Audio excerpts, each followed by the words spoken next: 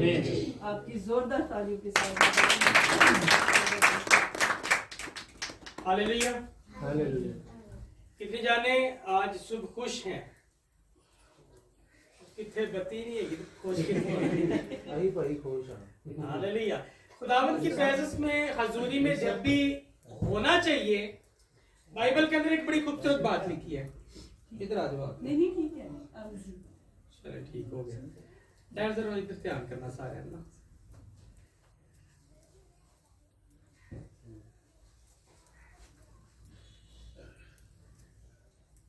10 से 15 मिनट लूंगा। एक खूबसूरत बात है बाइबल के अंदर से हम लोग सीखने वाले कि, लेकिन उसके लिए 10-15 मिनट तक आप लोगों ने मेरी तरफ तवज्जो रखनी है, ठीक है? थोड़ी देर के लिए भूल जाना है कि हम गर्मी में बैठे हैं या फिर घर में काम है, ठीक है? थोड़ी देर के लिए, उसके बाद फिर काम ही करने हैं सारा दिन। कलाम सुनने के लिए तैयार है? यस। आइए कलाम खुदा के लिए जोरदार तारीफ करें। बोलो खुदावंद यीशु मसीह की। आज शुभ हम बाइबल में से एक सवाल पर गौर करने जा रहे हैं, और सवाल है, अक्सर हम अपने आप को खुदा का बेटा, खुदा की बेटी कहते हैं। कितने लोग हैं जिन्होंने इस बात को सीखा है कि जितने खुदावंद यीशु मसीह को कबूल करते हैं वो खुदावंद के फर्जंद बन जाते हैं। फर्जंद का मतलब होता है बेटा, बेटा बेटी। कितने लोग इस बात को जानते हैं कि जब हम यीशु मसीह को कबूल करते हैं तो कबूल करने के बाद हम खुदावंद के क्या बन जाते हैं?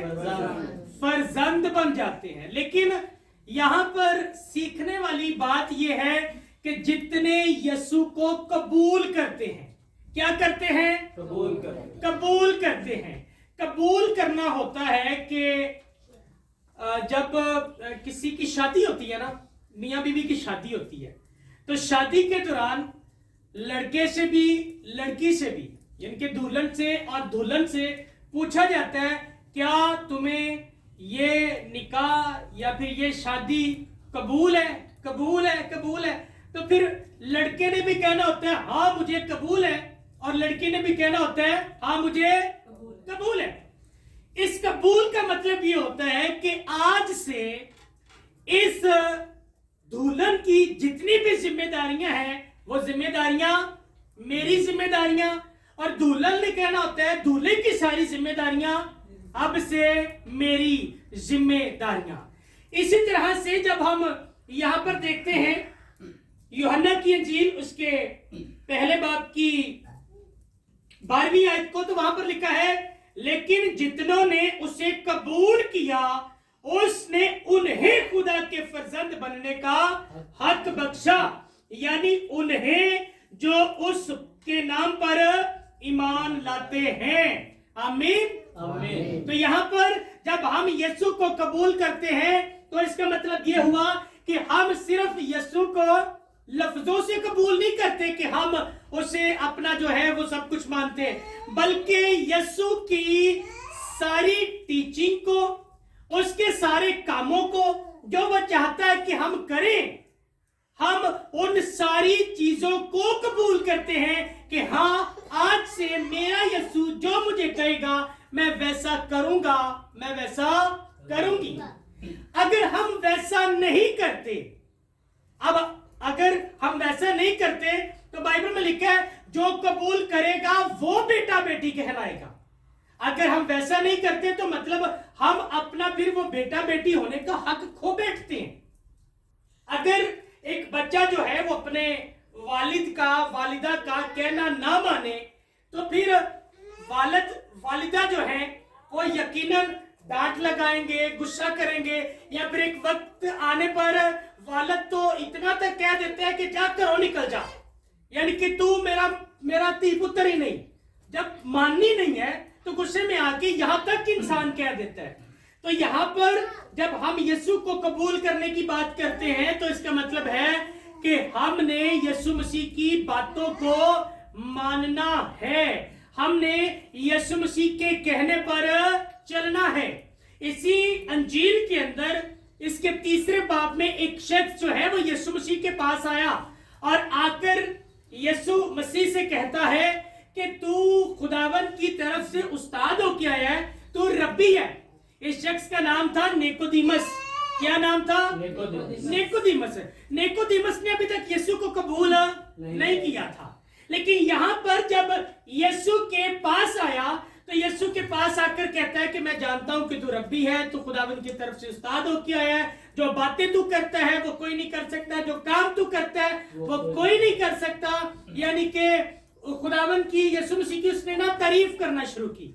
लेकिन यीशु मसीह ने एकदम से निकोदेमस को रोका और रोककर कहा कि ठीक है, तो जितनी बातें कर रहा है या जितनी बातें कह रहा है ये सारी बातें ठीक हैं, लेकिन मैं तुझे एक बड़ी भेंट की बात बताता हूं, जरूरी बात बताता हूं। और जरूरी बात यह है कि निकोदेमस, जब तक कोई इंसान पानी से, रूह से पैदा नहीं होगा वो आसमान की बादशाही में दाखिल नहीं हो सकता। यानी कि यीशु मसीह को कबूल करना, उसका पहला स्टेप यीशु मसीह ने क्या बताया? उसने कहा पानी रूह से पैदा होना, यानी कि बपतिस्मा लेना पड़ेगा। और ये शायद जब पहला दूसरा संडे हमने इबादत करवाई थी तब भी मैंने जिक्र किया था कि जरूरी है कि अगर हम यीशु मसीह को कबूल करते हैं तो पहले ये चेक करें कि क्या मैंने बपतिस्मा ले लिया हुआ है। बपतिस्मा कितने लोगों ने लिया है? डुबोने वाला बपतिस्मा किसी ने? अंकल ने लिया हुआ, बाकी देख लें किसी ने नहीं लिया। इसका मतलब यह हुआ कि अभी तक तो फिर हम यीशु मसीह के हुक्म को माने ही नहीं है। तो जब उसके हुक्म को माने ही नहीं है तो फिर अगर कोई हमसे पूछे कि क्या आप खुदावन यीशु मसीह के खुदा के बेटे हैं, बेटी हैं, तो फिर हम क्या कहेंगे? नहीं, हम नहीं हैं। क्या है? हम नहीं हैं, क्योंकि जितनों ने कबूल किया वही बेटा बेटी कहलाने के लायक हुआ ना। तो इसका मतलब ये हुआ कि अभी तक तो हम सही तरीके से यीशु मसीह की बात को फॉलो ही नहीं कर रहे। फिर तो हम दुनियादार जैसे दूसरे सारे लोग फिर रहे हैं और फिर उनको यकीन नहीं है कि हम अपने मरने के बाद अच्छी जगह पे जाएंगे या नहीं जाएंगे। फिर ऐसे तो हमें भी यकीन नहीं है। एक मसीही घराने के अंदर पैदा हो जाना कोई मसीही थोड़ी ना होता है। मसीही घराने में पैदा होना मसीही थोड़ी ना होता है। इसे तो नामी मसीही कहते हैं कि एक पैदाइशी तौर पर हमें टाइटल मिल गया मसीही का, लेकिन सही मसीही वो शख्स होता है। हेलो काका, हो जाएगा बात सुनो मेरी।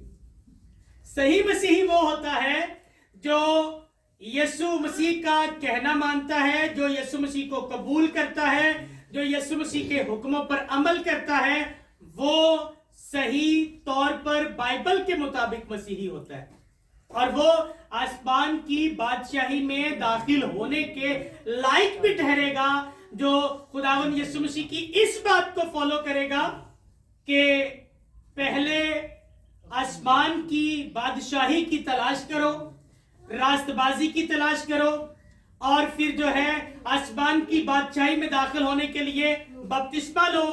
उसके बाद जाके सही तौर पर एक मसीही की जिंदगी जो है वो शुरू होती है। गला समझ आ रही है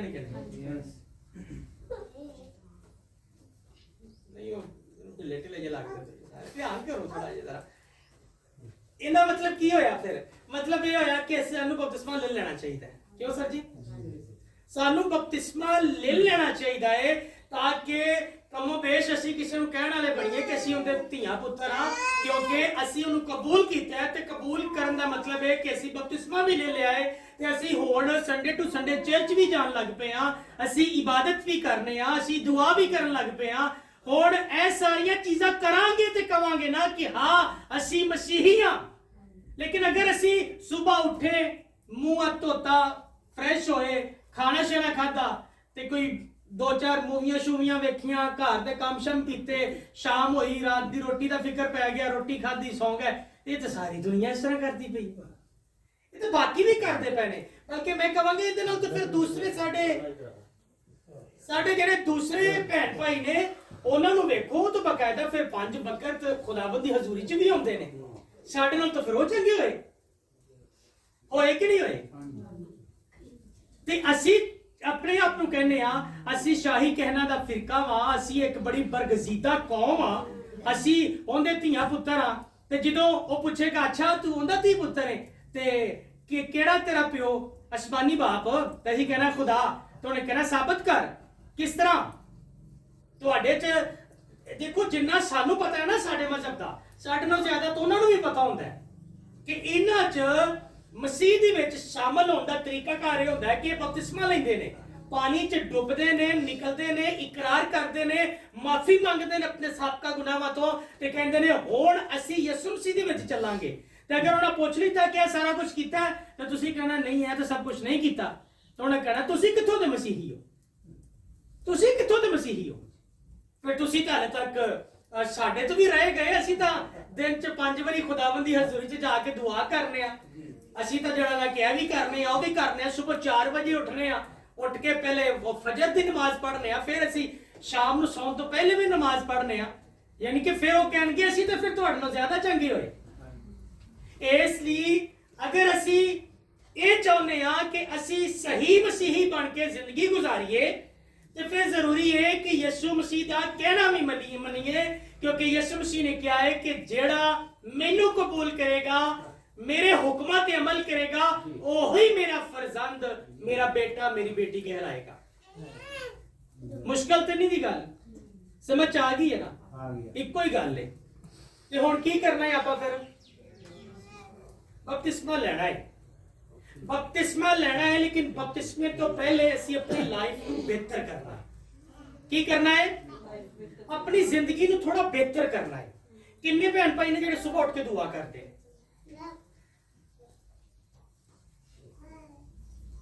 ਤੇ ਦੁਪਹਿਰ ਨੂੰ ਤੇ ਸ਼ਾਮ ਨੂੰ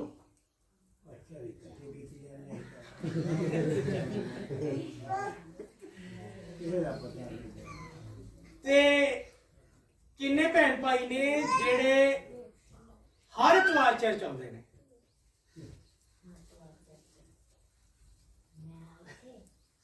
ਅਸੀਂ ਤਾਂ ਜੀਵਨ ਗਿਆਨ ਵਾਲੇ ਆ। ਤੇ ਕਿੰਨੇ ਭੈਣ ਭਾਈ ਨੇ ਕੀ ਕਿਹਾ ਕਿਸੇ ਨੇ ਕੁਝ? ਜਿਹੜੇ ਨਹੀਂ ਜਾਂਦੇ? ਕਿੰਨੇ ਭੈਣ ਭਾਈ ਜਿਹੜੇ ਨਹੀਂ ਜਾਂਦੇ? ਹੱਥ ਤਾਂ ਬਹੁਤ ਸਾਰੇ। ਇਹ ਸਾਰੇ ਠੀਕ ਨੇ ਜੀ। ਇਹ ਜਦੋਂ ਕਿਹਾ ਹੀ ਜਾਂਦੇ ਵਾਲੇ ਤੇ ਉਦੋਂ ਵੀ ਨਹੀਂ ਹੱਥ ਖਲੋਤੇ ਦੇ, ਨਾ ਜਾਂਦੇ ਨਹੀਂ ਖਲੋਤੇ। ਫੇਰ ਕਹਿੰਦਾ ਜਾਣੀਆਂ ਜੋ ਜਾਂਦੀਆਂ ਨਹੀਂ ਤੇ ਫੇਰ ਫ੍ਰੀ ਹੁੰਦਾ। ਅੱਛਾ, ਕਿੰਨੇ ਭੈਣ ਭਾਈ ਨੇ ਜਿਹੜੇ ਕਲਾਮ ਨੂੰ ਸੁਣ ਕੇ ਤੇ ਉਹਦੇ ਤੇ ਅਮਲ ਕਰਦੇ ਨੇ? ਨਹੀਂ ਅਸੀਂ ਤਾਂ ਕਰਨੇ ਆਏ। 2 ਇਤਵਾਰ ਪਹਿਲੇ ਨਾ ਜਦੋਂ ਬਾਰਿਸ਼ਾਂ ਤੋਂ ਪਹਿਲੇ ਜਦੋਂ ਨਹੀਂ ਆਉਂਦੇ ਰਹੇ, ਮੈਂ ਕਿਹਾ ਸੀ ਇੱਕ ਬੰਦਾ ਨਾਲ ਲੈ ਕੇ ਆਣਾ। ਕਿਹਾ ਸੀ ਨਾ? ਆਪ ਨਹੀਂ ਆਏ। ਤੇ ਫਿਰ ਇਸ ਤਰ੍ਹਾਂ ਕਿਵੇਂ ਚੱਲੇਗਾ? ਇਸ ਤਰ੍ਹਾਂ ਤਾਂ ਜ਼ਿੰਦਗੀ ਬਿਹਤਰ ਨਹੀਂ ਹੋਏਗੀ। ਤੇ ਮੈਂ ਕਿਹਾ ਬਪਤਿਸਮਾ ਲੈਣਾ ਜ਼ਰੂਰੀ ਹੈ, ਲੇਕਿਨ ਬਪਤਿਸਮਾ ਲੈਣ ਤੋਂ ਪਹਿਲੇ ਜ਼ਿੰਦਗੀ ਬਿਹਤਰ ਕਰਨੀ ਹੈ ਆਪਣੀ, ਕਿ ਅਸੀਂ ਉਹਦੀ ਗੱਲ ਮੰਨਣ ਵਾਲੇ ਤਾਂ ਬਣੀਏ। ਪਹਿਲੇ ਸਾਨੂੰ ਪਤਾ ਹੋਵੇ ਕਿ ਅਸੀਂ ਜਿਹਨੂੰ ਕਬੂਲ ਕਰਨੇ ਪਏ ਆ ਉਹਨੇ ਸਾਡੇ ਕੋਲ ਕੰਮ ਵੀ ਲੈਣਾ ਹੈ। ਇਹ ਨਹੀਂ ਕਿ ਬਸ ਅਸੀਂ ਕਹਿਣਾ ਨਹੀਂ ਅਸੀਂ ਉਹਨੂੰ ਕਬੂਲ ਕਰ ਲਿਆ ਤਾਂ ਉਹਨੇ ਕਹਿਣਾ ਚਲਾ ਜਾ ਫਿਰ ਹੁਣ ਕੰਮ ਕਰ ਮੇਰਾ। ਕੀ ਕਹਿਣਾ ਉਹਨੇ ਕਹਿਣਾ ਕੰਮ ਕਰ। ਤੁਸੀਂ ਕਹਿਣਾ ਮੈਂ ਕਲਾਮ ਨਹੀਂ ਸੁਣਾ ਸਕਦੀ, ਕਲਾਮ ਨਹੀਂ ਸੁਣਾ ਸਕਦਾ, ਉਹਨੇ ਕਹਿਣਾ ਕੋਈ ਗੱਲ ਨਹੀਂ, ਤੂੰ ਜਿਹੜੇ ਕਲਾਮ ਸੁਣਦੇ ਨੇ ਤੂੰ ਉਹਨਾਂ ਨੂੰ ਲੈ ਕੇ ਆ, ਜਿਹੜੇ ਸੁਣ ਸਕਦੇ ਨੇ ਉਹਨਾਂ ਨੂੰ ਲੈ ਆ। ਮਤਲਬ ਕਿਸੇ ਨਾ ਕਿਸੇ ਤਰੀਕੇ ਨਾਲ ਫਿਰ ਤੁਹਾਨੂੰ ਉਹਦਾ ਕੰਮ ਕਰਨਾ ਪੈਣਾ ਹੈ। ਇਸ ਲਈ ਬਪਤਿਸਮਾ ਵੀ ਖਾਲੀ ਪਾਣੀ ਦਾ ਲੈ ਲੈਣਾ ਜ਼ਰੂਰੀ ਨਹੀਂ ਨਾ ਹੈਗਾ, ਉਹਦੇ ਲਈ ਸਾਡੀ ਜ਼ਿੰਦਗੀ ਵੀ ਥੋੜੀ ਬਿਹਤਰ ਹੋਣੀ ਚਾਹੀਦੀ ਹੈ। ਤੇ ਅਸੀਂ ਕੀ ਕਰਨਾ ਹੈ? ਸਵੇਰ ਵੀ ਦੁਆ ਕਰਨੀ ਹੈ, ਸ਼ਾਮ ਨੂੰ ਵੀ ਦੁਆ ਕਰਨੀ ਹੈ। ਫਿਰ ਉਹ ਕੰਮ ਜਿਹੜੇ ਕੰਮ ਬਾਈਬਲ ਮਨਾ ਕਰਦੀ ਹੈ ਉਹ ਕੰਮ ਛੱਡਨੇ ਵੀ ਨੇ। ਹੁਣ ਇਹ ਥੋੜਾ ਤੁਸੀਂ ਆਪਣੀ ਜ਼ਿਹਨ ਤੇ ਜ਼ੋਰ ਪਾਓਗੇ ਨਾ, ਸਾਰੇ ਦਿਨ ਚ ਬਾਜ਼ੂਕਾ ਤੁਸੀਂ ਐਸੇ ਕੰਮ ਕਰਦੇ ਹੋ ਜਿਵੇਂ ਗਾਲੀ ਗਲੋਚ, ਚੁਗਲੀ, ਲੜਨਾ ਕਿਸੇ ਦੇ ਨਾਲ, ਕੋਈ ਮੂਵੀ ਡਰਾਮੇ ਇਸ ਤਰ੍ਹਾਂ ਦੀਆਂ ਚੀਜ਼ਾਂ 'ਚ ਵਕਤ ਜ਼ਾਇਆ ਕਰਨਾ, ਇਹ ਚੀਜ਼ਾਂ ਜਦੋਂ ਸੋਚੋਗੇ ਤੇ ਫਿਰ ਸੋਚੋਗੇ ਕਿ ਹਾਂ ਇਹ ਸਾਰੀਆਂ ਚੀਜ਼ਾਂ ਤੋਂ ਖੁਦਾਵੰਦ ਮਨਾ ਕਰਦਾ ਹੈ, ਬਾਈਬਲ ਮਨਾ ਕਰਦੀ ਹੈ। ਇਸੇ ਵਕਤ ਦੇ ਵਿੱਚ ਮੈਂ ਦੁਆ ਕਰ ਸਕਨੀ ਆ, ਇਸੇ ਵਕਤ ਦੇ ਵਿੱਚ ਮੈਂ ਕਿਸੇ ਦੂਸਰੇ ਭੈਣ ਭਾਈ ਨੂੰ ਖੁਦਾ ਦਾ ਕਲਾਮ ਸ਼ੇਅਰ ਕਰਕੇ ਸੁਣਾ ਸਕਨੀ ਕਿ ਅੱਜ ਅਸੀਂ ਐਤਵਾਰ ਵਾਲੇ ਦਿਨ ਇਹ ਚੀਜ਼ਾਂ ਗੱਲਾਂ ਸਿੱਖੀਆਂ ਨੇ। ਤੇ ਇਹਦਾ ਮਤਲਬ ਹੁੰਦਾ ਹੈ ਕਿ ਅਸੀਂ ਆਪਣੀ ਜ਼ਿੰਦਗੀ ਨੂੰ ਬਿਹਤਰ ਬਣਾਉਣ ਦੀ ਕੋਸ਼ਿਸ਼ ਕਰ ਰਹੇ ਹਾਂ। ਤੇ ਜਦੋਂ ਆਪਣੀ ਜ਼ਿੰਦਗੀ ਨੂੰ ਬਿਹਤਰ ਬਣਾਉਣ ਦੀ ਕੋਸ਼ਿਸ਼ ਕਰੋਗੇ ਫਿਰ ਉਸ ਤੋਂ ਬਾਅਦ ਤੁਸੀਂ ਬਪਤਿਸਮੇ ਲਈ ਤਿਆਰ ਹੋ ਜਾਓਗੇ, ਫਿਰ ਤੁਹਾਨੂੰ ਬਪਤਿਸਮਾ ਦੇਾਂਗੇ, ਫਿਰ ਤੁਸੀਂ ਦੂਸਰਿਆਂ ਨੂੰ ਕਹਿ ਸਕੋਗੇ ਕਿ ਹਾਂ ਮੈਂ ਖੁਦਾ ਦਾ ਬੇਟਾ ਹਾਂ, ਮੈਂ ਖੁਦਾ ਦੀ ਬੇਟੀ ਹਾਂ। ਆਈ ਗੱਲ ਸਮਝ ਦੇ ਵਿੱਚ? ਤੇ ਹੁਣ ਅਗਲੇ ਐਤਵਾਰ ਮੈਂ ਫਿਰ ਪੁੱਛਣਾ ਹੈ, ਸਵੇਰ ਦੁਪਹਿਰ ਤੇ ਸ਼ਾਮ 3 ਟਾਈਮ ਇੱਕ ਟਾਈਮ ਟੇਬਲ ਬਣਾਓ ਆਪਣੇ ਆਪਣੇ ਘਰ ਦੇ ਵਿੱਚ ਕਿ ਅਸੀਂ ਦੁਆ ਕਰਨੀ ਹੈ। ਠੀਕ ਹੈ, ਇੱਕ ਟਾਈਮ ਟੇਬਲ ਬਣਾਓ ਕਿ ਸਵੇਰ ਮੈਂ ਇੰਨੇ ਵਜੇ ਦੁਆ ਕਰਨੀ, ਦੁਪਹਿਰ ਇੰਨੇ ਵਜੇ ਤੇ ਸ਼ਾਮ ਨੂੰ ਇੰਨੇ ਵਜੇ। ਮੁਸ਼ਕਲ ਤੇ ਨਹੀਂ था, ਮੁਸ਼ਕਲ ਤੇ ਨਹੀਂ था। कोई याद है यार। ਤੇ ਫਿਰ ਅਗਲੇ ਐਤਵਾਰ ਤੋਂ ਮਤਲਬ ਅੱਜ ਤੋਂ ਸ਼ੁਰੂ ਹੋ ਜਾਓਗੇ ਨਾ, ਤੇ ਅਗਲੇ ਐਤਵਾਰ ਤੱਕ ਜਿਹੜਾ ਨਾ ਆਪਾਂ ਦੇਖਨੇ ਕੀ ਰਿਜ਼ਲਟ ਨਿਕਲਦਾ ਹੈ, ਤੇ ਫਿਰ ਉਸ ਤੋਂ ਬਾਅਦ ਆਪਾਂ ਫਿਰ ਬਪਤਿਸਮੇ ਲਾਂਗੇ। ਹਾਲੇਲੂਇਆ। ਚਲੋ ਖੁਦਾਵੰਦ ਅੱਜ ਦੇ ਖੂਬਸੂਰਤ ਕਲਾਮ ਦੇ ਵਸੀਲੇ ਨਾਲ ਤੁਹਾਨੂੰ ਸਾਰਿਆਂ ਨੂੰ ਬਰਕਤ ਦੇ। ਆਓ ਜ਼ੋਰਦਾਰ ਤਾਲੀ ਬਜਾਵਾਂਗੇ ਖੁਦਾ ਦੇ। आइए दिन खुदावंद के कलाम की शुक्रगुजारी की दुआ